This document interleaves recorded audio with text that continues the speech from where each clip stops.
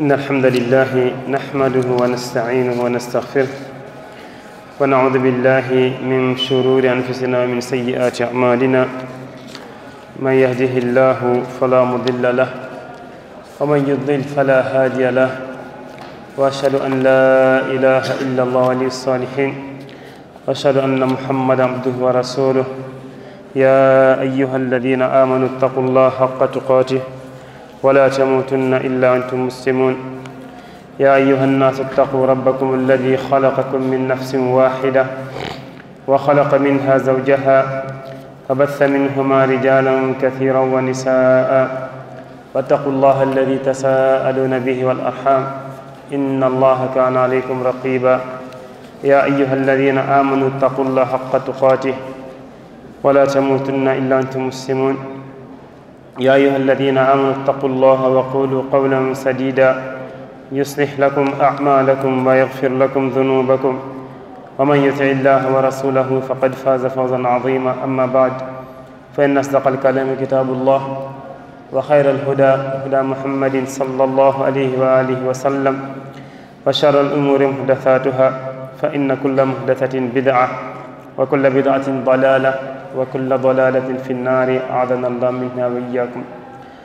C'est fait après avoir lu Allah subhanahu wa ta'ala, prier sur son prophète Muhammad sallallahu alayhi wa sallam. Nous demandons qu'Allah subhanahu wa ta'ala accepte toutes nos bonnes œuvres et qu'il nous pardonne tous nos péchés et manquements. Nous demandons aussi son agrément pour les compagnons du prophète Muhammad sallallahu alayhi wa sallam, ainsi que tous ceux qui suivront leur pas jusqu'au jour de la résurrection et qu'il nous compte parmi eux. Toujours donc dans le livre Al-Arba'una fi Tawhid, la quarantaine de hadiths concernant le Tawhid. La fois passée, on s'était arrêté au hadith de Abdullah ibn Amr radiyallahu anhuma, lorsque le prophète sallallahu alayhi wa sallam lui disait Al-Kaba'ir al-Ishraku billah wa uququl walidayn wa qatlun nafs wal yaminul ghamus. Lorsqu'il disait que donc il fait partie des grands péchés le fait de donner à Allah subhanahu wa ta'ala des associés, d'être désobéissant envers ses parents, de tuer quelqu'un et de jurer sur un mensonge. Et ce hadith a été précédé par un autre dans lequel le prophète Muhammad sallallahu alayhi wa sallam n'a pas cité al-yamin al-ghamus, c'est-à-dire le jurant qui est mensonger. Dans le hadith d'aujourd'hui, c'est un hadith d'Abu Huraira radiyallahu anhu. An Abi Hurairata radiyallahu anhu أن النبي صلى الله عليه وسلم قال اجتنبوا السبع الموبقات قالوا يا رسول الله وما هن قال الشرك بالله والسحر وقتل النفس التي حرم الله إلا بالحق وأكل الربا وأكل مال اليتيم والتولي يوم الزحف وقذف المحصنات المؤمنات الغافلات. Ce hadith est rapporté par Bukhari et par Muslim. Le hadith d'aujourd'hui, donc, comme on l'a dit, c'est un hadith d'Abu Huraira radiyallahu anhu. Abu Huraira, il fait partie des compagnons qui ont le plus rapporté des hadiths parce que Allah subhanahu wa ta'ala lui a donné une grande capacité de mémorisation. Mais aussi, le prophète Muhammad sallallahu alayhi wa sallam avait fait une invocation en sa faveur. Lorsque lui, Abu Hurairah radiallahu anhu, il a dit que à chaque instant, parfois je vous entends parler, le prophète sallallahu alayhi wa sallam, mais j'oublie parfois. Le prophète sallallahu alayhi wa sallam lui a fait une invocation. Dans une autre aussi assise, le prophète sallallahu alayhi wa sallam lui a demandé quel est celui qui vient, que je lui fasse une invocation pour qu'il n'oublie pas. Abu Hurairah fut le premier à étaler son turban et le prophète sallallahu alayhi wa sallam a fait pour lui cette invocation. Et son nom c'est Abdurrahman ibn Sakhr ad-Dawsi pour la chose la plus parmi les noms. Beaucoup de noms ont été dénommés, c'est le nom le plus plausible selon les savants, qui faisait partie donc de ce qu'on appelle ad-Daws, une tribu des Arabes. Et Abu Hurairah radiallahu anhu est entré dans l'islam. Certains disent que vers presque la fin, comment dirais-je, ce qu'on appelle Am Khaybar, c'est à cet instant-là. Donc il n'a pas vécu beaucoup de temps avec le prophète sallallahu alayhi wa sallam. Malgré cela, il fait partie des gens qui ont le plus raconté des hadiths du prophète sallallahu alayhi wa sallam. Lui, Abu Huraira, il a donné la raison en disant que lorsque je suis venu à Médine, j'ai trouvé que les Ansar, c'est-à-dire les Médinois de souche, avaient leurs propres travaux. C'était presque, soit ils étaient au champ, ou bien ce sont des gens aussi qui avaient leur commerce. J'ai trouvé aussi que Al-Muhajirun, c'est-à-dire ceux qui ont quitté la Mecque pour venir à Médine, ce sont eux aussi des gens qui avaient aussi leur commerce. Ils s'activaient dans ce sens. Mais moi, Abu Hurairah radiallahu anhu, lorsque je suis venu, je n'avais aucun travail. Je ne faisais que suivre le prophète Muhammad sallallahu alayhi wa sallam. Partout où il va, je suis avec lui. Il faisait partie de ce qu'on appelle Ahl Suffa, les gens qui, dans leurs premières arrivées à Médine, ils passaient la nuit dans la mosquée du prophète Muhammad sallallahu alayhi wa sallam. Pour montrer donc qu'il n'avait rien, il dit parfois, Omar ibn al-Khattab ou un autre compagnon venait et je lui posais des questions après la prière de Isha pour aller avec lui. Ces questions, ce n'était pas pour connaître beaucoup de choses, parce que je les savais déjà, mais c'était tout simplement pour l'accompagner jusqu'à ce qu'il me dise « Viens manger avec moi ». Donc Abu Hurairah radiallahu anhu, il donne ceci quelqu'un qui a vécu comme ça avec le prophète sallallahu alayhi wa sallam. Il a vécu jusqu'à la mort du prophète sallallahu alayhi wa sallam. Comme on a dit, il a raconté beaucoup de hadiths du prophète Muhammad sallallahu alayhi wa sallam. C'est lui donc qui nous a rapporté ce hadith où le prophète sallallahu alayhi wa sallam nous dit Ijtanibu as-sab'a al-mubiqat. Le prophète sallallahu alayhi wa sallam dit dans ce hadith évitez, ou bien éloignez-vous de ce qu'on appelle les 7 péchés fatals. Les 7 péchés fatals. Et les compagnons de dire wa ma hunna ya Rasulallah. Et quels sont ces 7 péchés fatals? Le prophète sallallahu alayhi wa sallam leur dit le premier c'est le fait d'associer Allah subhanahu wa ta'ala, de donner un autre associé. La deuxième c'est la sorcellerie, as-sihr. La troisième c'est qatl an-nafs allati harramaha Allah illa bil haqq, le meurtre d'une âme qu'Allah a protégée sauf à bon droit, qu'on va l'expliquer après. Il dit le quatrième c'est le fait de manger de l'usure. Le cinquième c'est le fait de manger le bien des orphelins. Le sixième, il dit le fait de fuir le jour du combat. Et le septième, le fait de calomnier les croyantes vertueuses qui ne songent point au mal. Ça, ce sont les, comment dirais-je, ce qu'on appelle as-sab'u al-mubiqat. Dans ce hadith, donc, le prophète sallallahu alayhi wa sallam, de façon générale, il nous interdit les grands péchés qui peuvent anéantir toutes nos œuvres. Les grands péchés, comme on l'a dit dans la leçon passée, les savants disent que quand on dit un grand péché, al-kaba'ir, ou bien si vous voulez, ça fait aussi partie des al-mubiqat, comme on l'avait dit, lorsque le prophète sallallahu alayhi wa sallam avait dit al-kaba'ir là-bas, il n'avait cité dans le premier hadith que 3 du moins, dans le deuxième hadith 4, mais on avait dit que ça ne veut pas dire que cela se limite à cela, non, mais ça peut être plus.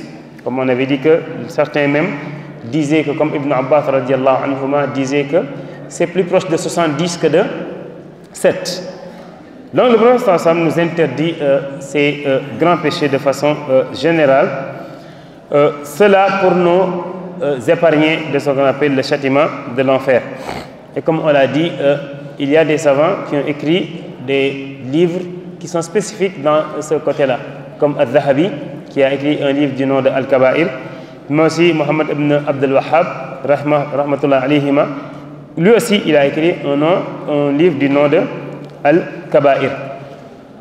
Mais le prophète sallallahu alayhi wa sallam nous a dit cela pour que nous l'évitions, ça c'est la première chose, mais aussi pour montrer aussi que celui qui flanche, qui peut-être glisse, qui fait un faux pas jusqu'à faire ces péchés-là, il doit tout simplement se repentir le plus rapidement possible, demander pardon à Allah subhanahu wa ta'ala avant qu'il ne meure, alors qu'il ne s'est pas repenti de ces péchés-là. Parce que dans l'autre verset, le prophète Allah subhanahu wa ta'ala du moins avait dit in tajtanibu kaba'ira ma tunhawna ankum wa ma yanhawna ankum nukaffir ankum sayyi'atikum.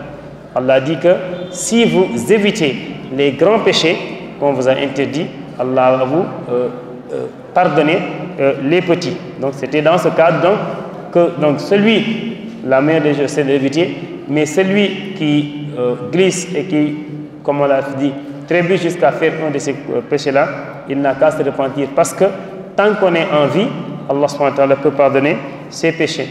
Allah subhanahu wa ta'ala, lorsqu'il donnait les qualités de ce qu'on appelle Ibadur Rahman, qu'Allah nous compte parmi eux, il avait dit parmi leurs qualités وَالَّذِينَ لَا يَدْعُونَ مَعَ اللَّهِ إِلَهًا آخَرَ وَلَا يَقْتُلُونَ النَّفْسَ الَّتِي حَرَّمَهَا اللَّهُ إِلَّا بِالْحَقِّ وَلَا يَزْنُونَ.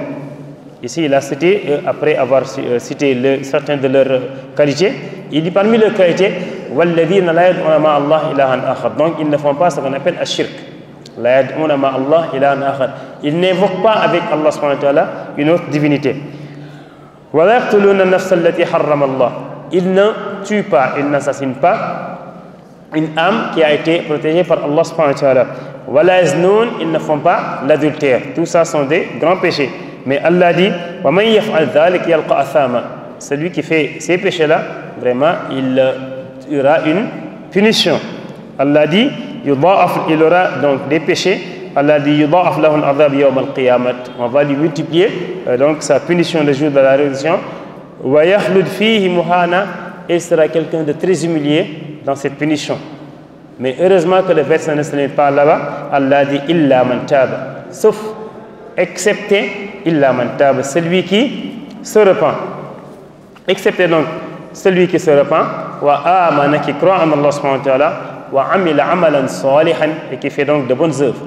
Donc, celui qui avait fait ses péchés et qui se repente, qui revient sur le droit chemin, Allah dit فَأُولَٰئِكَ, celui-là, ou bien ceux-là, يُبَدِّلُ اللَّهُ سَيِّئَاتِهِمْ حَسَنَاتٍ وَكَانَ اللَّهُ غَفُورًا رَحِيمًا. Allah nous montre sa miséricorde. Il dit ceux qui ont fait ces péchés, et après ils se repentent, Allah dit je ne vais pas me limiter au fait de les, de les pardonner les péchés seulement, mais ces péchés-là, qui étaient de mauvaises actions, Allah dit يُبَدِّلُ اللَّهُ سَيِّئَاتِهِمْ حَسَنَاتٍ. Allah va les transformer en de bonnes actions. Allah dit وَكَانَ اللَّهُ غَفُورًا رَحِيمًا. Lui, Allah subhanahu wa ta'ala, il est pardonneur, mais aussi c'est quelqu'un de miséricordieux. Donc, là-bas pour te montrer que l'homme, tant qu'il est en vie, il a la chance de se repentir. Tant qu'il est en vie, il a la chance de se repentir. On ne va jamais lui dire d'être, quelqu'un qui désespère de la miséricorde d'Allah subhanahu wa ta'ala.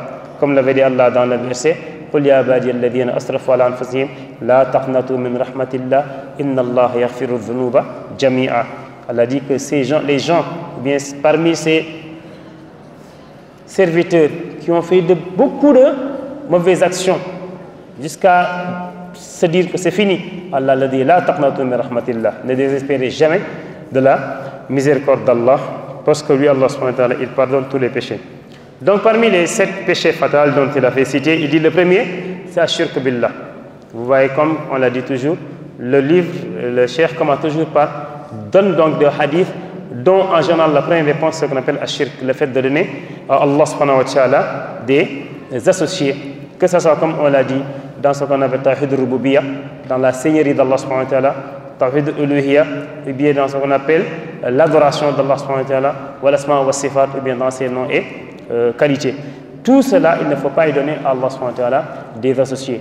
Mais là où les gens donnent des associés à Allah subhanahu wa ta'ala le plus dans ces 3 tawhid, ce qu'on appelle tawhid uluhiyya, c'est-à-dire que l'unicité d'Allah dans l'adoration.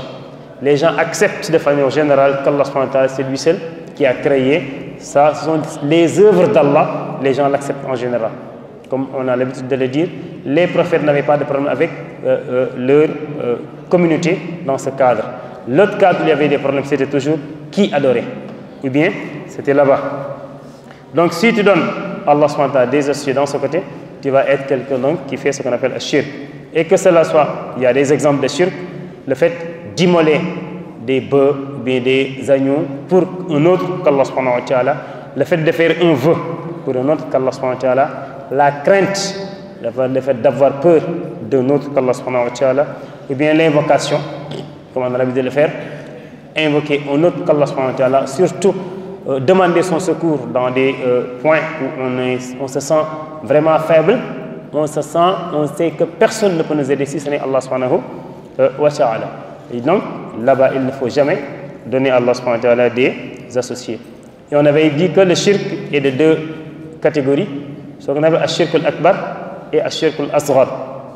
Et comme on l'avait dit, c'est entre shirk qu'on dit shirk akbar, shirk asghar. Mais dis-toi que ce qu'on dit shirk asghar, le petit shirk, c'est plus dangereux que les plus grands péchés. Et pas les particularités, mais la plus grande différence entre ces deux shirk, shirk akbar, shirk asghar, le grand shirk et le petit shirk, c'est que le grand shirk, celui qui le fait et qui meurt sans pour autant s'en repentir, il ira à l'enfer de manière directe, il sera de manière éternelle. Mais aussi ce grand shirk, ça anéantit toutes les œuvres qu'il avait déjà fait.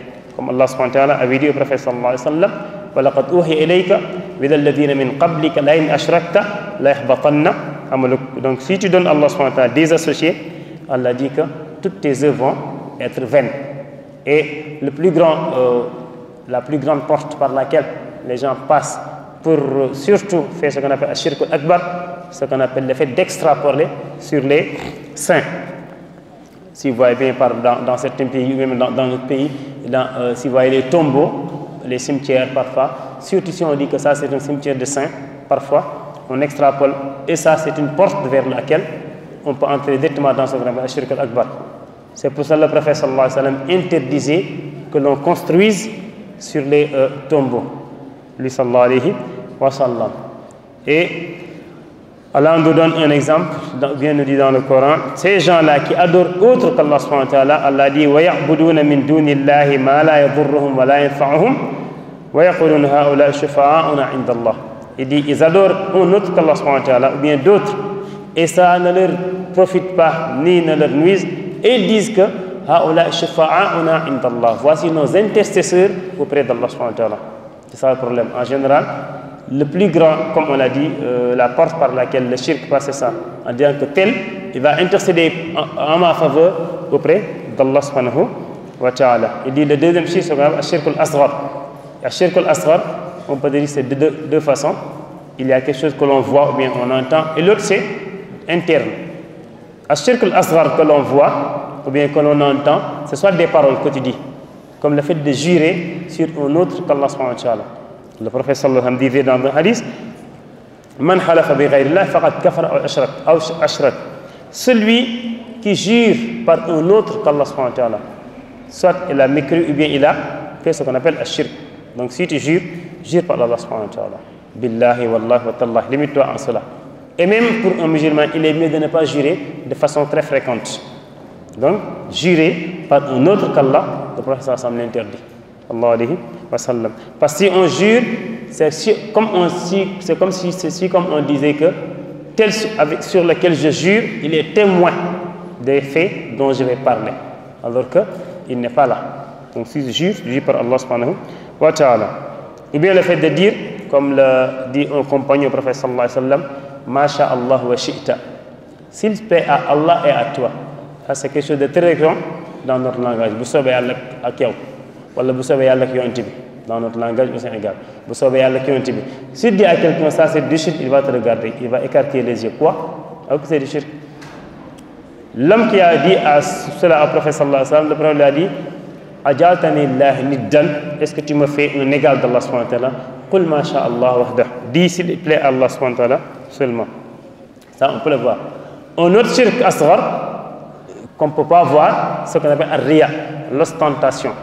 Le prophète Muhammad sallallahu alayhi wa sallam dit dans le hadith Inna akhwaf ma aghafu alaykum ash-shirk al-asghar. Il dit la chose dont j'ai plus peur pour vous, il dit ce qu'on appelle ash-shirk al-asghar, le petit associationnisme. On lui a dit c'est quoi? Il a dit ar-riya, l'ostentation. Tu fais un acte d'adoration, tu fais un acte d'adoration, une prière, ou bien jeûner, ou bien donner de l'aumône, ou bien donner, mais tu ne le fais pas pour Allah subhanahu wa ta'ala. C'est pour le voyement, ou bien pour les, comme on a maintenant les caméras, comme on l'a dit, c'est pour les caméras, ou bien c'est pour les smartphones, ou bien c'est pour qu'on mette ça sur TikTok, autre chose. Tout ce que tu donnes, ce n'est pas par Allah subhanahu wa ta'ala. Ce qui est rigolo, comme le dit un de nos chers, il dit maintenant les gens, même dans la prière, tu vois quelqu'un qui fait snap en priant. Et après, c'est lui-même qui va faire un commentaire. Il dit par exemple, j'ai commencé à pleurer à tel verset. Ce n'est plus pour Allah subhanahu wa ta'ala. Donc, ça c'est quelque chose qui est fréquent. Alors que le prophète sallallahu alayhi wa sallam l'a interdit. Ar-riya. Il dit aussi ça partie de shirk. Et comme on l'a dit, le shirk, c'est à éviter. Même avec les parents, il faut éviter ce shirk. Allah subhanahu wa ta'ala nous avait dit cela avec les parents. وَإِنْ جَاهَدَاكَ عَلَىٰ أَنْ تُشْرِكَ بِي مَا لَيْسَ لَكَ بِهِ عِلْمٌ فَلَا تُطِعْهُمَا وَصَاحِبْهُمَا فِي الدُّنْيَا مَعْرُوفًا. Si les parents te forcent à me donner des associés, ce dont tu n'as aucune connaissance et tu n'auras pas de preuve dans cela, Allah dit فَلَا تُطِعْهُمَا, ne les suis pas dans cela. وَصَاحِبْهُمَا فِي الدُّنْيَا مَعْرُوفًا, mais sois bienfaisant envers eux dans ce bas monde, dans les autres activités, mais sur ce côté-là, tu ne dois pas les suivre. Donc, et le hadith passé, le prophète avait dit Akbarul Kaba'ir, les plus grands des grands péchés. Akbarul Kaba'ir, les plus grands des grands péchés, il a commencé par Al-Ishraku Billah, donner à Allah subhanahu wa ta'ala des associés. Aujourd'hui, si quelqu'un le dit, on dit non, c'est pas grave. Le danger du shirk, surtout le shirk akbar, c'est que celui qui ne se repent pas du shirk akbar, Allah subhanahu wa ta'ala ne va pas le pardonner. Les autres péchés, dans le verset, Allah subhanahu wa ta'ala dit Yaghfiru dhunuba jami'a, il pardonne tous les autres péchés. Là-bas, on dit que ça fait tous les péchés sont là-dedans. Il peut pardonner cela même à celui qui ne se repent pas en général. Mais pour le shirk, il dit non, parce qu'il a mis un verset à part. Lorsqu'il dit Inna Allah la yaghfiru an yushraka bih, Allah subhanahu wa ta'ala n'accepte pas qu'on lui donne des associés. Wa yaghfiru ma duna dhalika liman yasha. Regardez le verset, il dit Inna Allah la yaghfiru an yushraka bih. Allah n'accepte pas, ne pardonne pas qu'on lui donne des associés. Wa yaghfiru ma duna dhalika liman yasha. Mais tout péché en deçà du shirk, il dit, il le pardonne à qui il veut. Allah continue en disant Wa yushrik billahi faqad iftara ithman azima. Celui qui donne à Allah subhanahu wa ta'ala des associés, il a vraiment fomenté un grand péché, effectivement. Comme l'a dit Luqman à son fils, Inna shirka la zulmun azim. De faire un shirk, c'est une grande injustice. Parce que tu donnes à quelqu'un d'autre, à l'être humain qui est faible, à l'être humain qui n'a aucune force, qui ne peut rien, tu confères des droits d'Allah subhanahu wa ta'ala. Tu lui confères des droits d'Allah subhanahu wa ta'ala. Et cela, même entre nous, nous ne l'acceptons pas. Nous ne l'acceptons pas. Donc, avec Allah subhanahu wa ta'ala, nous ne devons pas accepter cela. Parce que l'homme est très faible. Il ne peut pas, même ceux qui prétendent certaines choses savent au fond d'eux qu'ils ne peuvent pas le faire. Donc, il dit que le shirk, c'est interdit et c'est grave. Il dit le deuxième, c'est as-sihr, c'est la sorcellerie. Hein? La sorcellerie, qui est très répandue malheureusement dans notre pays, de façon particulière, et dans l'Afrique de façon générale.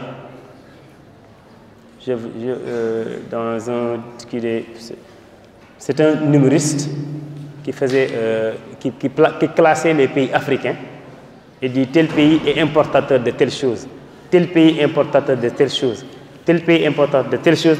Il dit le Sénégal, c'est le pays importateur des marabouts. Le Sénégal, c'est le pays importateur de marabouts. Donc nous sommes très connus malheureusement dans ce domaine.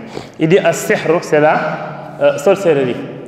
La sorcellerie, tu vas y mettre la magie, tu vas y mettre beaucoup de choses. Et cela existe. Ça peut se faire par diverses formes, que ce soit des choses que l'on attache, ou bien que ce soit des incantations que l'on profère et qu'on souffle là-dessus, comme dans le Falaq. Tout cela peut faire partie de ce qu'on appelle la sorcellerie. Et c'est quelque chose qui existe, comme on l'a dit, et qui a des effets, qui peut avoir des effets sur le corps de l'homme. Lorsque c'est comme disait Hafid al-Hakimi, as-sihru haqqun wa lahu ta'thiru, lakin bima qaddarahu al-qadiru, a'ni bidha taqdiri ma qad qaddara, fil kawni la fi shar'in mutahhara. Il dit as-sihru haqqun, il dit la sorcellerie, c'est quelque chose qui existe, c'est réel. Wa lahu ta'thiru, il a des effets. Il a des effets. Il dit, mais ces effets, c'est parce qu'Allah subhanahu wa ta'ala en a décidé ainsi. C'est lui qui laisse le magicien, bien le sorcier, faire ce qu'il fait. Mais il dit, mais cela, c'est sur le plan cosmique, mais pas dans ce qu'on appelle la religion. C'est-à-dire que donc, la sorcellerie, celui qui le pratique, il peut te jeter un sort, et avec cela, soit tu es malade, ça peut te toucher, tu deviens malade, On va aller à Fann, dans tous les hôpitaux, on ne va pas voir toutes sortes d'analyses, on ne va avoir aucune maladie. Tu vois, quelqu'un a un instant, tac, il a quelque chose, soit son pays est en train de s'enfler, on ne voit rien. On avait un élève, il y a 2 ans, dans une école, je n'ai pas cité l'école. À chaque fois, à l'approche du bac, il est malade. C'est-à-dire, à l'approche du bac, soit sa main s'enfle, après le bac, ça dégonfle. Il a fait ça la première année. À l'année d'après, non, on lui fait l'examen de remplacement. À l'approche de l'examen de remplacement, ce sont ses pieds qui s'enflent. Il ne peut pas partir. Donc cela existe et comme on a dit, ça peut toucher l'homme de n'importe quelle façon, ça peut te rendre malade et même ça peut aussi toucher ce qu'on appelle le cerveau. Donc c'est quelque chose qui existe et comme on le verra. Parce qu'il y a dans l'islam, je dis bien dans l'islam, je ne dis pas ailleurs, dans l'islam, il y a tellement qui dit que cela existe. D'autres disent non, cela n'existe pas. C'est-à-dire, est-ce que c'est une réalité ou bien ce n'est pas une réalité? Mais ce qu'on appelle Ahl-Sunnah wal Jama'a, ils disent que c'est une réalité. Si tu vois les grands, comment dirais-je, imams, ils disent que c'est une réalité. Pourquoi? Parce qu'il y a beaucoup de versets qui le montrent. Allah subhanahu wa ta'ala n'interdit pas quelque chose qui n'existe pas. Allah subhanahu wa ta'ala n'interdit pas quelque chose qui n'existe pas. Le prophète sallallahu alayhi wa sallam ne va pas te dire protège-toi contre quelque chose qui n'existe pas. Dans le verset dans la sourate Baqarah, lorsqu'Allah subhanahu wa ta'ala dit Wattaba'u, sourate Baqarah, verset 102, oui. Lorsqu'Allah subhanahu wa ta'ala dit Wattaba'u ma tatlu shayatin ala mulki Sulayman, wa ma kafara Sulayman, walakinna shayatina kafaru yu'allimuna as-sihr, jusqu'à la fin de ce verset. Ce verset est une preuve que la sorcellerie existe. Parce qu'Allah subhanahu wa ta'ala ici nous relate une histoire entre Sulayman et les djinns. Il dit les gens, surtout ce sont les juifs, il dit Wattaba'u ma tatlu shayatin ala mulki Sulayman. Ces juifs, ils suivent ce que les diables racontent sur le régime de Sulayman. Sulayman, vous le connaissez, c'est un prophète à qui Allah subhanahu wa ta'ala avait donné une force. Il avait donné, moi je le dis, il avait donné l'armée de terre, de mer, de l'air. Il lui avait donné cette force-là, parce que lui, Sulayman, il avait demandé ça. Dans un verset, il dit Rabbi, habli mulkan la yanbaghi li ahadin min ba'di. Allah, donne-moi une royauté, ou bien un royaume, que je serai le seul à avoir. Après moi, personne ne l'aura. Et dans ce royaume, dans ce royaume de Metz, Sulayman avait une emprise sur les djinns. Maintenant, les juifs disaient que non, c'est par une sorcellerie que Sulayman domptait les djinns, alors qu'Allah subhanahu wa ta'ala a dit non, ce n'est pas vrai. Mais ce sont, il dit, Wama kafara Sulayman. Sulayman n'a jamais été mécréant.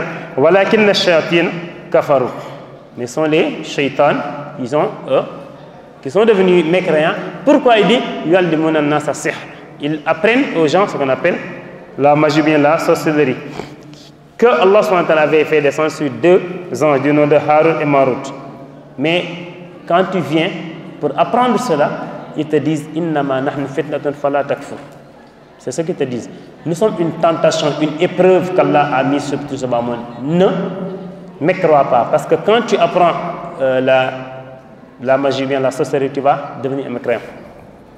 Dans le hadith de notre mère Aïcha radiallahu anha, rappelle que après la mort du prophète Muhammad sallallahu alayhi wa sallam, il y a une dame qui était venue chez les compagnons. Et elle était venue chez notre mère Aïcha radiallahu anha. Elle était terrifiée. Elle avait peur. Notre mère Aïcha lui a dit qu'est-ce qu'il y a?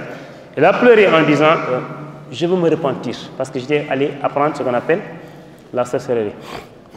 Comment? Il dit à notre mère Aïcha, mon mari était absent pendant longtemps et je faisais beaucoup de... À chaque instant, je me plaignais. Un jour, une dame est venue à une heure tardive en me disant que si tu viens, je vais te faire une chose, tu vas apprendre une chose, tout ce que tu pourras, tout ce que tu voudras, tu vas l'avoir. Il dit, la dame est venue, c'était, si tu veux, une sorcière qui va apprendre la sorcellerie. Et ils ont dit que la dame est venue avec 2 chiens. Il dit, nous sommes montés sur les chiens. Est-ce qu'on monte sur un chien? Il dit, la dame est partie avec moi. Jusqu'à un instant, j'arrive quelque part. Il dit, j'arrive à Babel, où Allah subhanahu wa ta'ala dit, comment dirais-je, Harun Marut de Babel. C'était vers l'Irak. Il dit, arrivé là-bas, j'ai vu, parce qu'il a sous forme humaine, 2 individus qu'on avait accrochés. C'est comme s'ils avaient leur tête en bas et les pieds en haut. C'était les gens qui devaient apprendre ce qu'on appelle la sorcellerie. Il dit que, de façon résumée, qu'est-ce que tu veux? Je dis, je veux apprendre la sorcellerie. Ils lui ont dit, innama nahnu fitnatun fala takfur. Nous sommes une tentation, ne me crois pas. Mais il dit, la dame dit, j'ai insisté. Ils m'ont dit, ne fais pas cela, j'ai insisté. Ils lui ont dit, va dans tel four, c'était un four à côté, et tu vas uriner là-bas. La dame dit, oh notre mère, je suis allé, mais j'avais peur, je n'ai pas uriné, je suis revenu. Ils m'ont dit, tu as uriné? Les deux, Harumar, ils ont dit, oui. Qu'est-ce que tu as vu? Ils ont dit, la dame a dit, je n'ai rien vu. Ils ont dit, tu mens, retourne, n'apprends pas cela. La femme insiste, ils lui ont dit la deuxième fois, va-t'en, va encore uriner. Il revient, tu as uriné, oui, qu'est-ce que tu as vu? Je n'ai rien vu. Tu dis, ce que tu dis, c'est faux, donc tu n'as pas uriné. Ils lui ont dit, tu as la chance, n'apprends pas cela, retourne. N'apprends pas, il dit, elle insiste. Il lui a dit non, que ce soit la dernière fois, va uriner. La dame dit que lorsqu'il est parti uriner, il a vu une image, c'est comme s'il y avait quelque chose qui sort de son corps et qui va au ciel. Il dit, j'ai regardé jusqu'à ne plus voir cela. Lorsqu'il est revenu, ils lui ont dit, tu as uriné? Oui. Qu'est-ce que tu as vu? Il a dit, j'ai vu telle chose. Ils lui ont dit, ok, c'est fini. C'est ta foi, ta croyance en Allah subhanahu wa ta'ala qui sortait de ton corps. Il dit donc, bon, après, ils lui ont dit, tu peux partir maintenant. Et il lui a dit, mais je n'ai rien appris. La dame lui dit, effectivement, tu as appris quelque chose. La dame lui donnait des graines. La dame lui a dit, jette les graines. Il a jeté les graines. La dame lui dit, dis aux graines de pousser. Il a dit aux graines de pousser. Les graines sont commencées à pousser. Là-bas, il s'est dit vraiment, maintenant j'ai des problèmes. Après, il est venu donc pour se repentir. Donc, chez notre mère Aïcha radiallahu anha. Mais là-bas aussi, Ibn Abbas radiallahu anhu lui a dit, est-ce qu'un de tes parents sont vivants pour faire du bien envers eux? Donc, c'était pour te montrer donc cela existe, ce qu'on appelle la magie. Et Allah subhanahu wa ta'ala nous montre que les gens l'apprennent, mais aussi ça n'a pas de sens. Ce que tu apprends, ça va te mettre dans ce qu'on appelle la mécréance. Ici, dans le verset, Allah dit donc Allah montre ses effets. Il dit donc ce qu'ils apprennent n'a pas de sens, mais aussi ce qu'ils apprennent, ce sont des choses par lesquelles ils peuvent séparer entre un homme et son épouse. C'est un exemple seulement, mais il y a d'autres choses. Tu vois un homme et son épouse qui sont ensemble par le fait d'une sorcellerie. C'est comme le feu, comme on dit, et l'eau, il ne se retouche plus. Ou bien des parents, ou bien des amis, ou bien. Tout cela, c'est avec la magie. La sorcellerie. Tu vois quelqu'un qui travaille, comme au Sénégal, on ne croit pas à notre capacité de travail.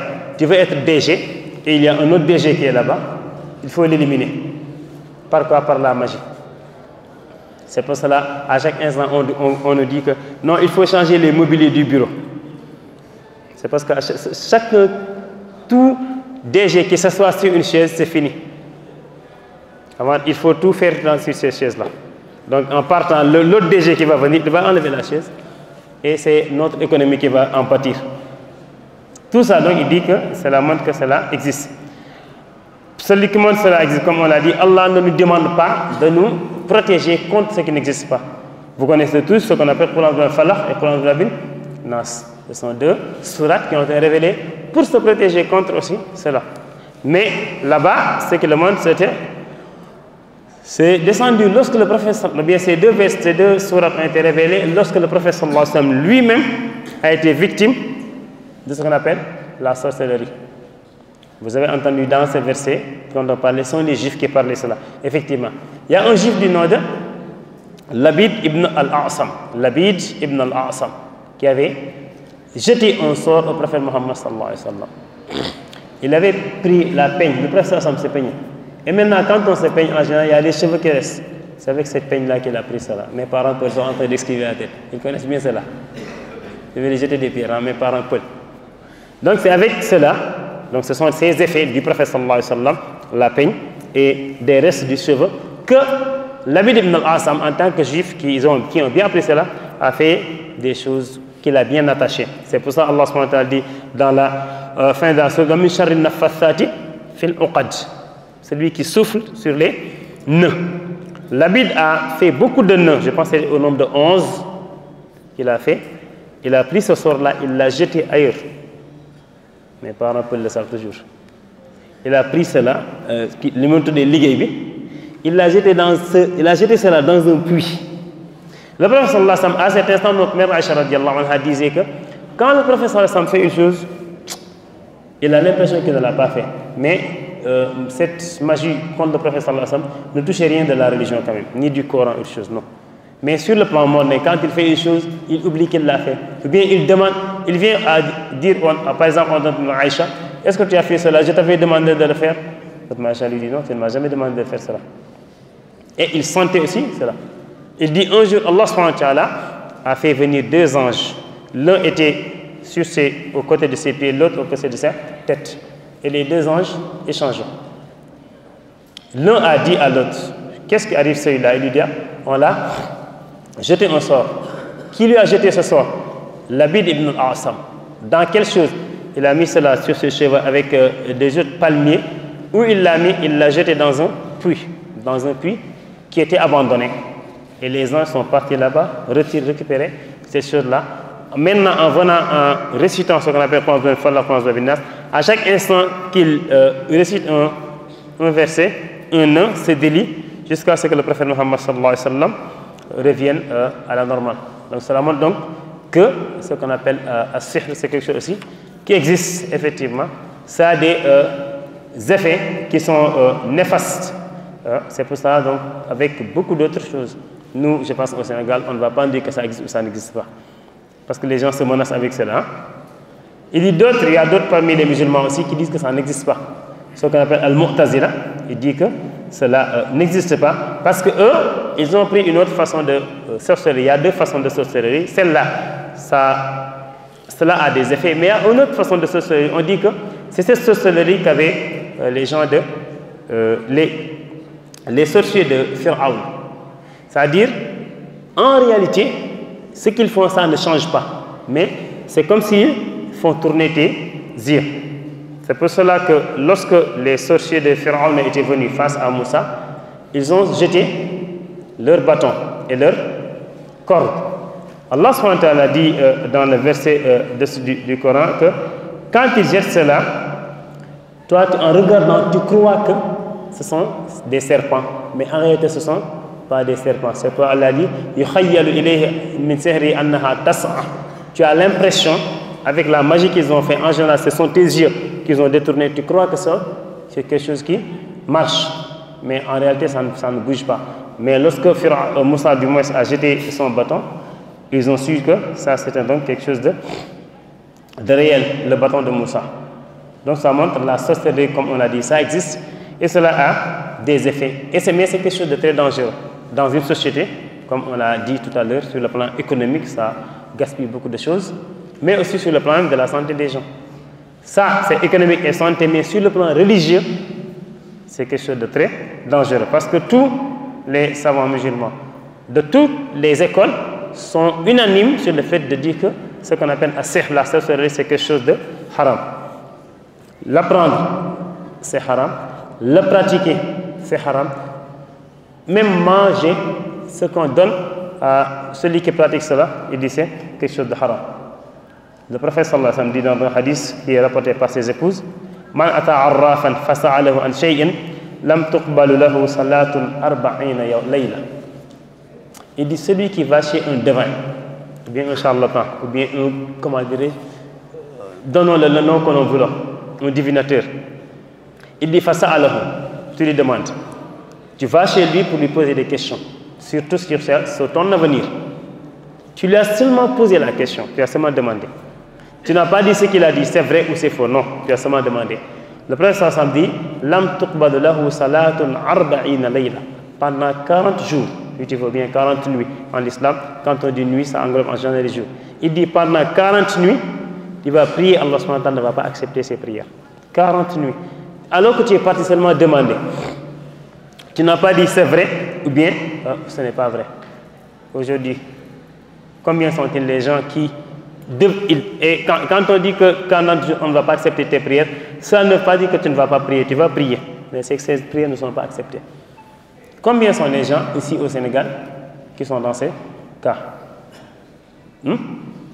Et de diverses manières. Parce que maintenant, ils ont, comment dirais-je, ils ont un peu rénové la chose, ils ont un peu changé, ils ont peut-être évolué, parce que autant c'est les gens qui partaient chez eux, dans de petits cabanons, mais maintenant, ils sont là, chez eux, à la radio, tu appelles. Il te dit jette 100 francs, tu jettes 100 francs. Alors il commence à parler. Tu es tel, tu as tel problème, tu as tel problème, tu as tel problème. Est-ce que c'est vrai? Toi, parfois, au fond de toi, tu sais que ce n'est pas vrai. Un jour, je me rappelle, j'étais dans un taxi, et le taximan avait, sur une de ces ondes-là, la dame qui parlait à un autre. À chaque fois qu'il parle, le gars dit non, non, non, c'est pas cela. Non, non, non, non. Non, c'est pas cela. L'autre à côté dit non. Dafa am ñoo xam ne dañu naqaree gis nag.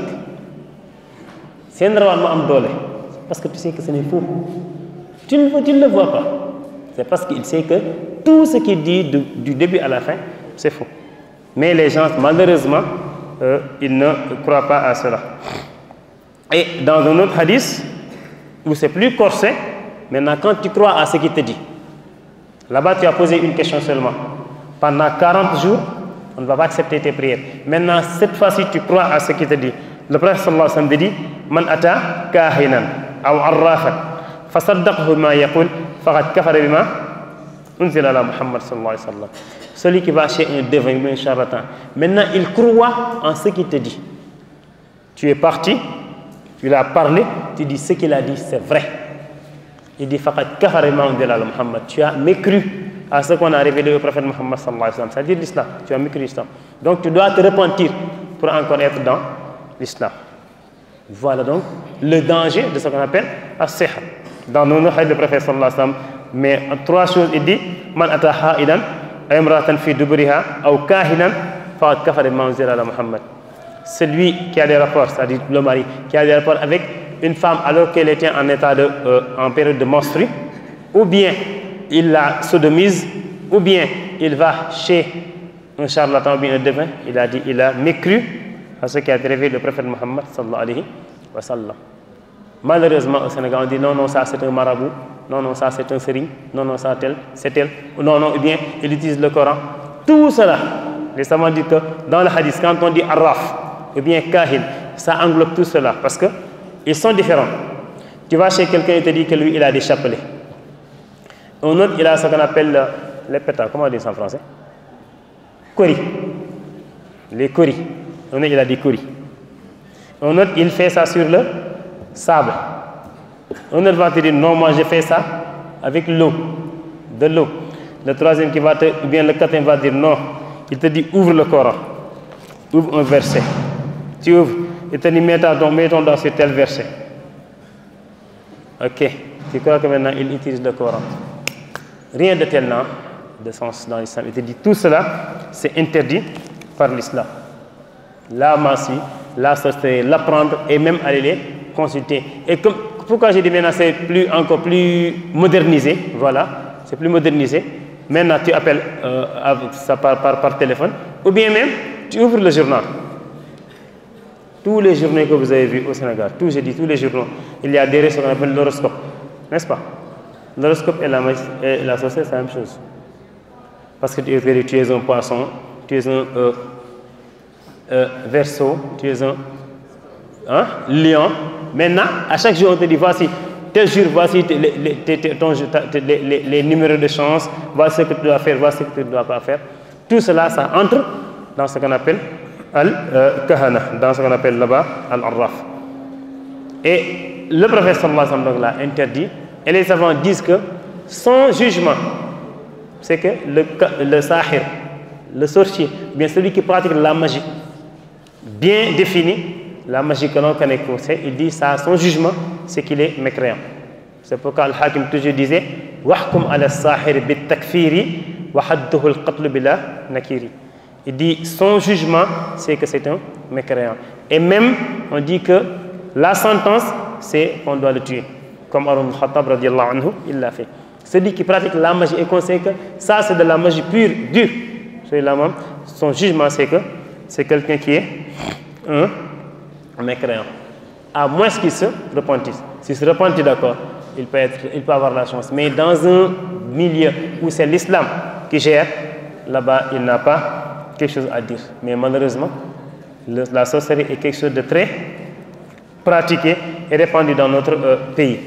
Et comme on l'a dit, tous les problèmes économiques dont on parle au Sénégal, tous les problèmes économiques dont on parle au Sénégal, quels que soient les experts qui vont venir pour régler cela, c'est bien. Ils vont faire des séminaires, ils vont proposer. Toutes les propositions sont de bonnes propositions, machallah.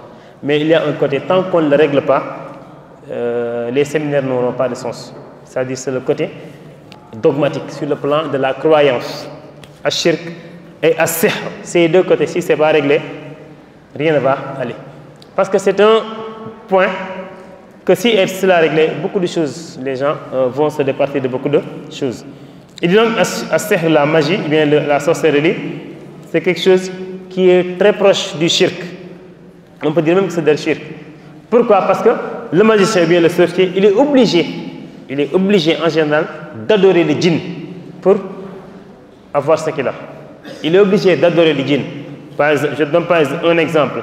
Les plus grands sorciers, ils font beaucoup de sacrifices. Ils sont obligés de faire des sacrifices. Soit ils égorgent des moutons, soit ils égorgent des bœufs, soit ils égorgent beaucoup de choses.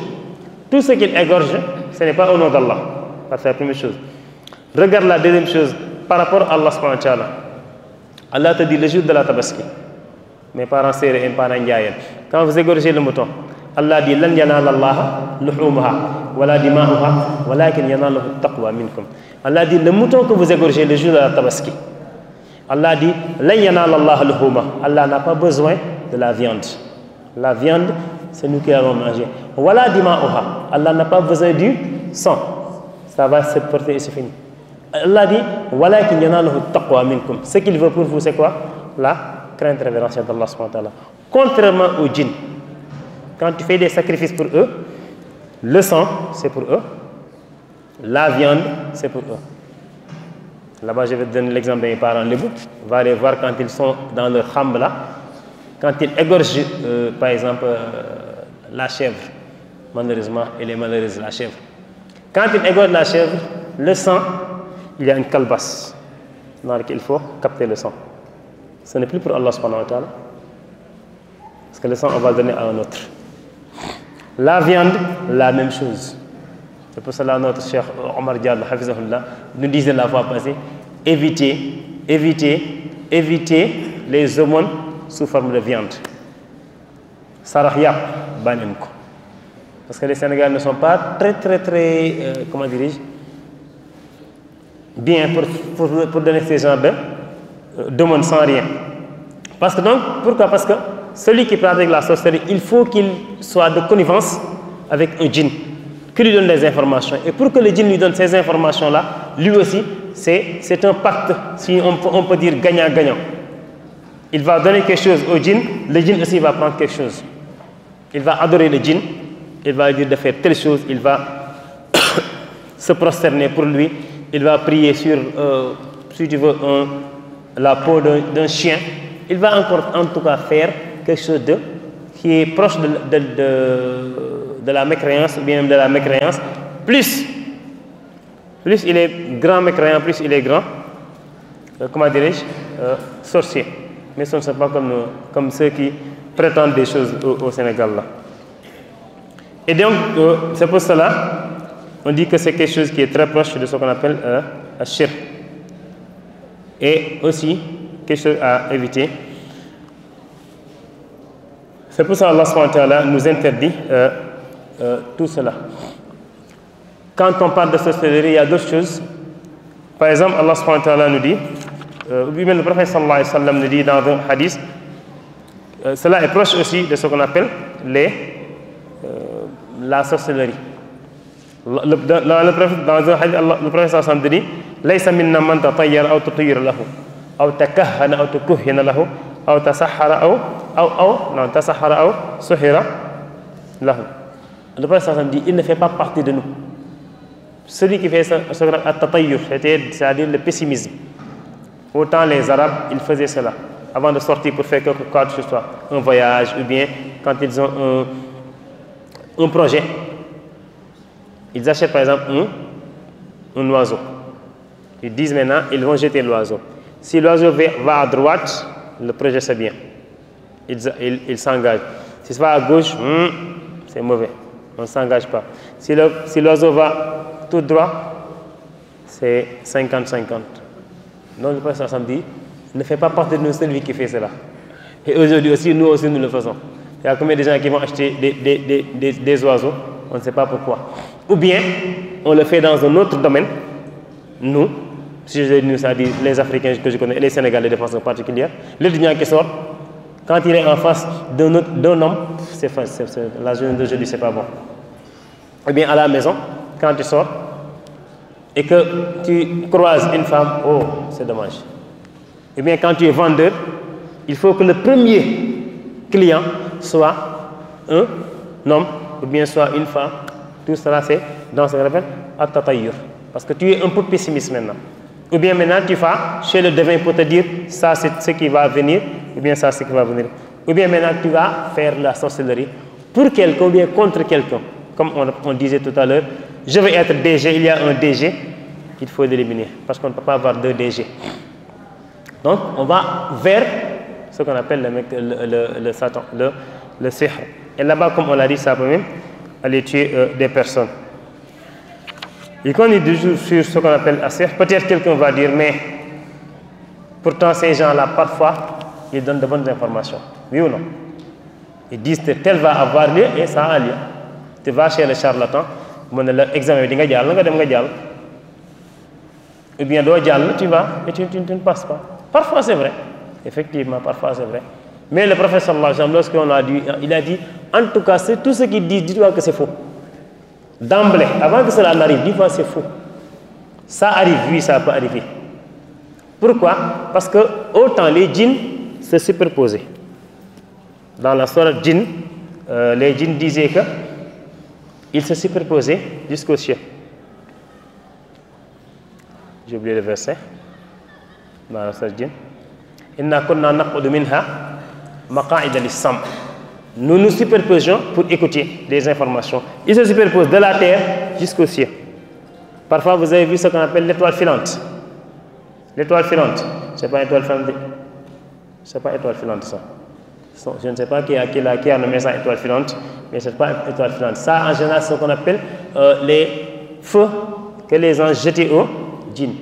Et maintenant, le dernier d'entre eux, il peut avoir une information. Le prophète sallallahu alayhi wa sallam dit, il peut avoir une information là-bas, mais maintenant, il se passe l'information jusqu'au djinn en bas. Mais de là-bas en bas, ils vont agrandir l'information avec 99 mensonges.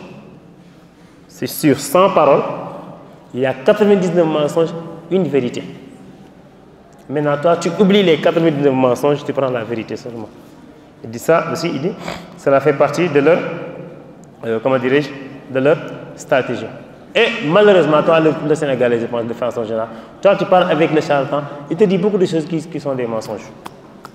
Je ne sais pas l'année où l'autre avait dit qu'à l'université, un avion va tomber à l'université. Vous vous rappelez de cette année? Ou bien vous n'étiez pas à l'université? Vous n'étiez pas ici? Un charlatan, ou bien une charlatante au Sénégal qui était très connue, il avait commencé par ce qu'on appelle les combats de lutte là. À chaque instant, il dit que c'est elle qui va vaincre automatiquement. Allah fait que celui-là vainc. C'est elle qui va vaincre automatiquement, celui-là vainc. Un instant, il dit à l'université Cheikh Anta Diop, un avion va tomber là-bas. Un week-end, subhanallah, il fallait être à l'université. Les étudiants ont plié bagages. Les étudiantes, tout le monde plié bagages. Tac, tac, valise. Le week-end, pas le week-end, ils n'ont même pas entendu le week-end. En général, les étudiants partent le week-end. Mais avant le week-end, toute l'université était calme. Tu ne vois personne. Où sont-ils? Dehors. Non, c'est pas sûr. C'est pas sûr, c'est pas sûr. Jusqu'à présent, alhamdulillah, je ne dis pas un avion, même pas une mouche n'est tombée ici. Mais malheureusement, actuellement aussi, elle parle et les gens croient à ses paroles. Malgré ce mensonge, ce grand mensonge qu'il avait fait. C'est ça le drame. Malgré ce grand mensonge qu'il avait fait, les gens continuent de croire en lui. Et surtout, le musulman doit se dire une chose. Ce qu'on appelle ilmul ghaib, la connaissance de ce qui adviendra demain. Allah subhanahu wa ta'ala dit que c'est 5, les clés. Le prophète sallallahu alayhi wa sallam dit que mafatih al-ghaib, il dit khamsa. Les clés de l'inconnaissable, de ce qui adviendra demain, il dit c'est 5. Il dit nul ne les détient si ce n'est Allah subhanahu wa ta'ala. Il a récité la fin de la sourate Rum, si je ne m'abuse, où Allah subhanahu wa ta'ala dit Inna Allah inda ilmu sa'a wa yunazzilu al-ghayth wa ya'lamu ma fi al-arham wa ma tadri nafsun madha taksibu ghadan wa ma tadri nafsun bi ayyi ardin tamut. Allah dit, parce que c'est lui, il dit Inna Allah inda ilmu sa'a. C'est Allah subhanahu wa ta'ala lui seul qui connaît l'heure de la résurrection. À quelle heure ça va être? C'est un vendredi, d'accord. Mais lequel des vendredis? Allah subhanahu wa ta'ala seulement connaît ça. Inda ilmu sa'a. Il dit wa yunazzilu al-ghayth, celui qui fait descendre la pluie. Là-bas, quand il dit descendre la pluie, ce n'est pas seulement l'eau qui tombe, parce que tu vas me dire non, météo dit que ça tombe le vendredi, d'accord. Mais il y a des choses que météo ne maîtrise pas. Quelle est la quantité qui va tomber? Quand est-ce? Dans quelle zone? Parfois, même météo, maintenant, si vous voyez bien, heureusement, nos météos sénégalais, à chacun ça dit Inch'Allah. Maintenant, c'est comme ça, Inch'Allah. Ce sont des calculs, c'est Allah qui a donné cette science, effectivement, mais ce ne sont pas des sciences qui sont toujours exactes. Et donc cette pluie, la baraka qui va être dans tout cela, Allah lui seulement qui le sait. Il dit c'est lui qui connaît ce qui est dans les entrailles des femmes quand elles sont enceintes. Ne me dis pas que l'écologie va me dire c'est un garçon, c'est une fille. Ça, ce n'est rien. Quand est-ce qu'il va naître? Combien de temps il va vivre? Qu'est-ce qu'il fera dans ce bas monde? Tout cela, quelle sera la quantité de sa subsistance? Tout cela, Allah seulement connaît cela.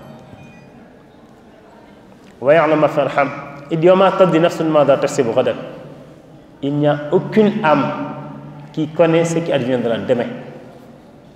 Demain même c'est trop loin, si tu veux, dans 5 minutes ce qui va venir, tu ne connais pas. Personne ne connaît ça. Et aucune âme ne connaît dans quelle terre, sur quelle terre il va mourir. Il dit donc cela, il faut avoir cela à l'esprit. Et malheureusement c'est quelque chose de très répandu dans notre société. Il dit le troisième, c'est dit le fait de tuer une personne. On l'avait dit dans l'autre hadith qui est passé, c'est la même chose. Allah subhanahu wa ta'ala interdit le meurtre, si on veut l'appliquer ainsi. Ou bien le fait d'assassiner quelque chose, de tuer, pour n'importe quelle raison. C'est pour ça qu'il a dit celui qui est musulman, ou bien dans un pays où on est en paix, avec même les non-musulmans, on ne doit pas attenter à la vie d'autrui.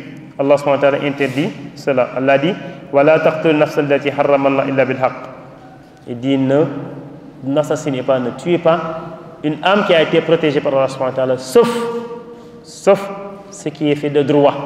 Et on verra ça dit celui dont Allah subhanahu wa ta'ala a dit que celui-là on doit le tuer parce qu'il a fait telle ou telle chose. Mais Allah subhanahu wa ta'ala dit que celui qui tue un musulman, un croyant de façon exprès, il dit celui-là non, fajaza'u jahannam.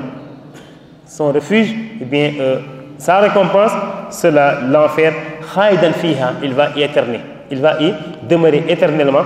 Wa ghadiba Allah alayhi wa la'anahu wa la'adda lahu 'adaban 'azima. Allah est courroucé contre lui, Allah l'a maudit, Allah lui prépare un châtiment qui est douloureux.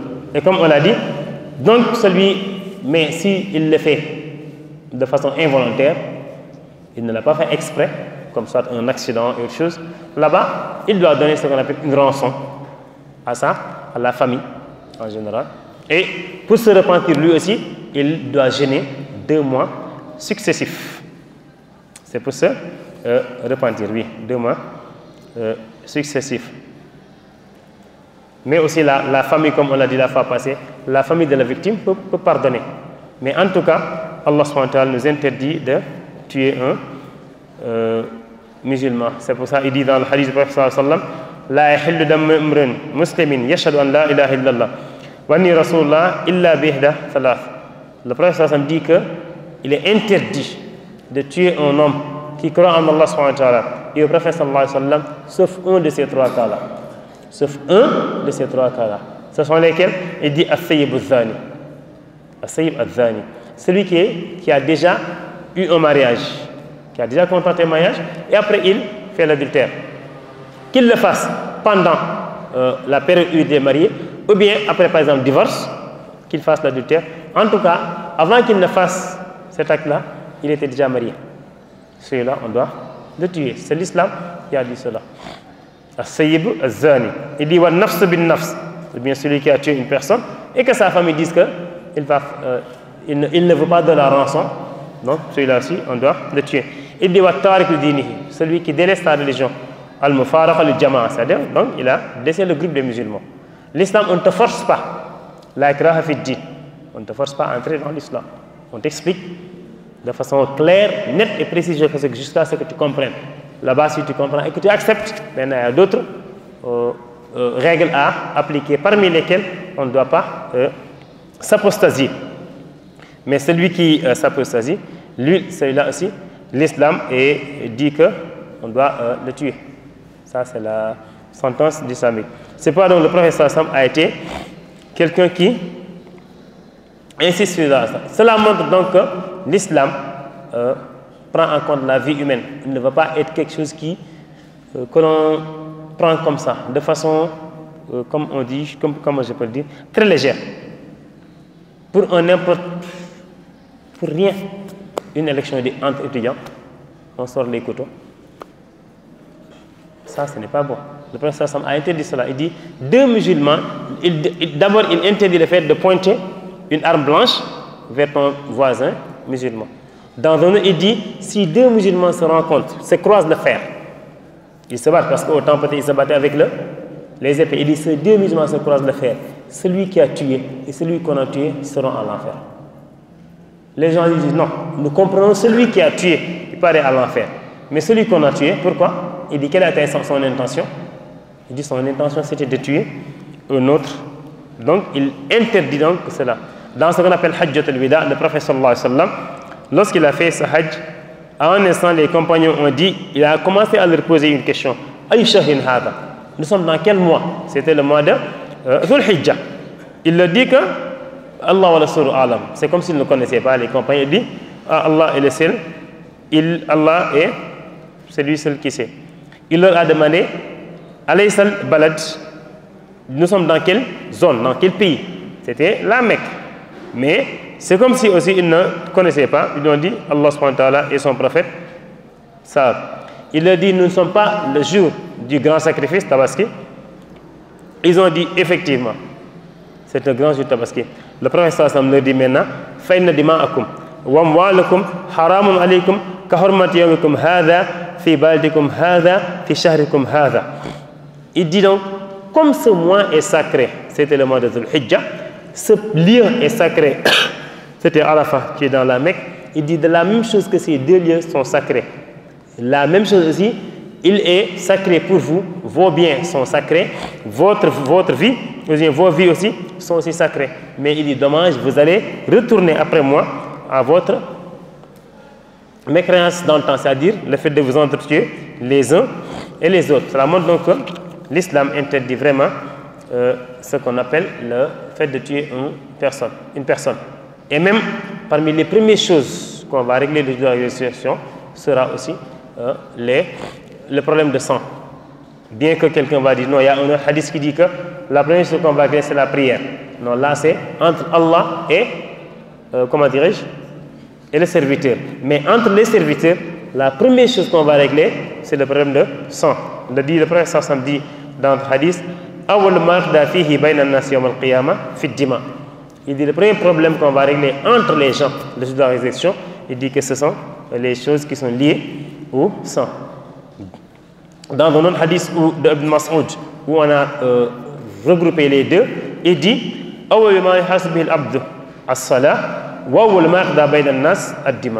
il dit la première chose sur laquelle l'homme sera interrogé, il dit c'est la prière, donc c'est entre lui et Allah subhanahu wa ta'ala. Et les premiers problèmes qu'on va régler seront les problèmes de sang. Donc le fait de tuer ici une personne est quelque chose d'interdit, même si ce n'est pas musulman. Dans un autre hadith, le prophète sallallahu alayhi wa sallam dit celui qui tue ce qu'on appelle al-zimmi ou bien al-mu'ahid, c'est-à-dire celui qui avait un pacte avec les musulmans, ou bien celui qui est dans un pays géré par les musulmans, et donc eux ils paient ce qu'on appelle leurs impôts, donc ce sont les musulmans qui doivent les protéger.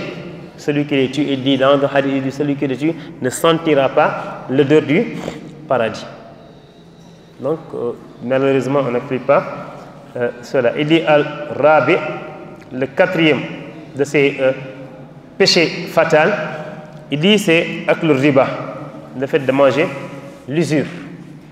Que l'on a maintenant modernisé en disant intérêt, l'usure de façon générale c'est interdit. Il y a diverses formes, mais on te dit par exemple de façon plus résumée. Par exemple, tu me dis je te prête 100 francs. Le jour où je suis d'accord, je te rembourse 105 francs. Les 5 francs là, c'est ce qu'on appelle l'usure, riba. Le mot riba vient d'un verbe arabe, raba, ou bien arba, qui veut dire le fait de fructifier.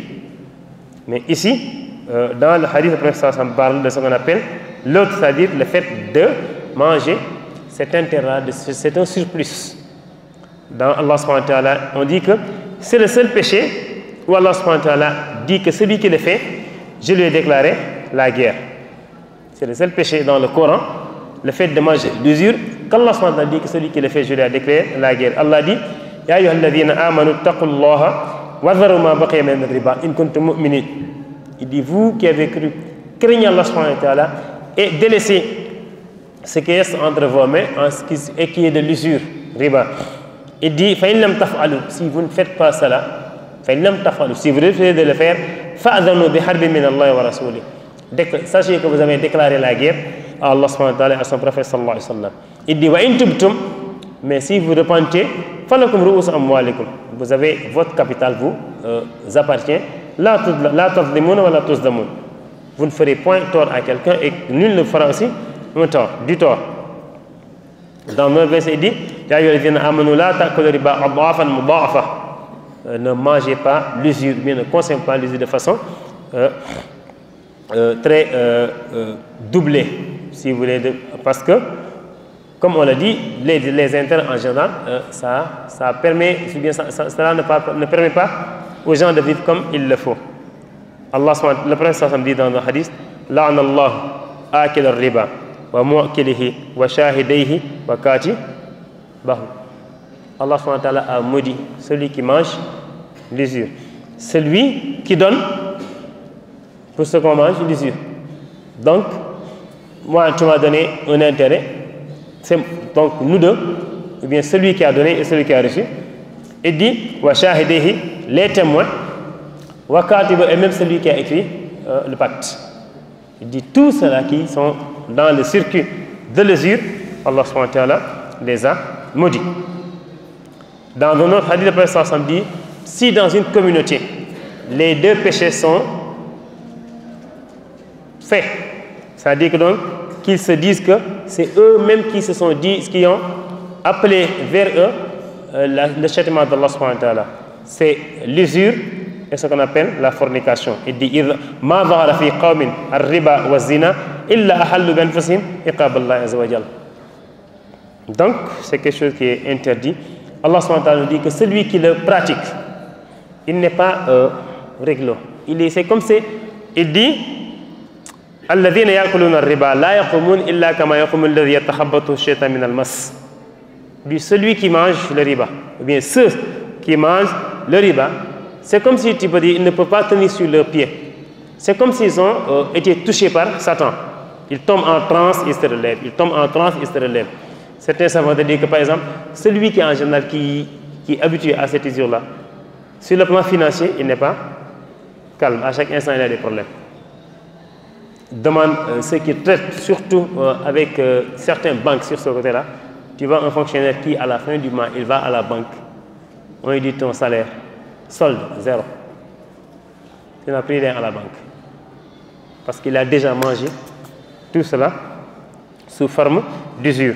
Et le prophète sallallahu alayhi wa sallam montre que, pour montrer son danger, il dit Ar-riba, thalathatun wa sab'una baban, aysaruha mithla an yankiha ar-rajul ummah. Il dit le riba est composé de 73 portes. Si tu vois. Il dit aysaruha, la plus moindre, an yankiha ar-rajul ummahu, que l'homme fasse la fornication avec sa mère. Et ça, c'est la plus moindre des péchés concernant ce qu'on appelle ar-riba. Donc, c'est quelque chose qui est interdit Et le prophète sallallahu alayhi wa sallam, à chaque instant, il nous interdit cela. Dans le hadith Isra al-Miraj, bien dans une autre version, il dit, lui, le prophète sallallahu alayhi wa sallam, lorsqu'il avait fait ce voyage avec Jibril, il dit, à un instant, il a vu quelqu'un qui était dans une mare de sang, dans un fleuve de sang. Et il y avait un autre qui était aussi au niveau de, comment dirais-je, de la plage. Maintenant, celui-là qui vient, avec le mar qui est dans le mar de sang, il nage, mais arrivé à la plage, le gars prend, l'homme qu'il trouve à la plage prend une pierre et qu'il écrase sur sa tête. C'est comme ça la tête s'écrasée et se referme. Il repart encore revenir, aller-retour. Le prophète sallam, lorsqu'il a demandé, il a dit que celui-là, c'est celui qui consommait ce qu'on appelle le riba, qu'Allah nous en préserve. Le cinquième, peut-être, on va s'arrêter là-bas jusqu'à la prochaine fois, on va voir. Il dit ak le mal al-yatim. Le fait de manger aussi l'argent ou bien les biens de l'orphelin. Un orphelin qui est chez toi et tu manges les biens, c'est-à-dire qu'on peut appeler son héritage. L'orphelin, en arabe, on dit que l'orphelin, chez les êtres humains, on dit que l'orphelin, c'est celui qui a perdu son père à l'âge, avant la maturité. Chez les animaux, c'est le contraire. L'orphelin, c'est l'animal qui a perdu sa mère. Donc, l'orphelin, à qui on t'a confié un orphelin, bien il est chez toi, par exemple, peut-être c'est le fils de ton frère ou bien autre chose. Donc, Allah subhanahu wa ta'ala a fait que c'est quelqu'un qui est faible. Il doit être protégé. Il se peut maintenant que son père ait laissé ici son héritage. Qu'est-ce que tu dois faire? Tu dois bien gérer son héritage là. Malheureusement. Allah dit dans le Coran, Wala taqrabu mal yatim illa billatihi ahsan hatta yablugha ashuddah. Il dit ne touchez pas au bien de l'orphelin que de la meilleure des façons, jusqu'à ce qu'il devienne grand et que vous pouvez lui rendre maintenant ses biens. Quelqu'un qui a sous sa responsabilité un orphelin, le prophète sallallahu alayhi wa sallam te dit de faire du bien avec cet orphelin, parce que ça peut être pour toi une porte d'aller au paradis. Dans le hadith, le prophète sallallahu alayhi wa sallam dit Kafilul yatim lahu aw li ghayrihi ana wa kahatayni fil jannah. Il dit, le prophète sallallahu alayhi wa sallam a fait ce signe avec ses deux doigts. Il dit celui qui a la responsabilité d'un orphelin, qui s'occupe bien de lui comme il le faut, je serai avec lui comme ça au paradis. Il sera très proche de moi au paradis. Mais ce qu'on voit, c'est ce qu'Allah subhanahu wa ta'ala interdit, le fait de consommer l'argent de l'orphelin. Parfois, on le cherche de la maison. Jusqu'à ce qu'il, c'est comme s'il ne fait plus partie de la maison. Parfois, c'est dangereux.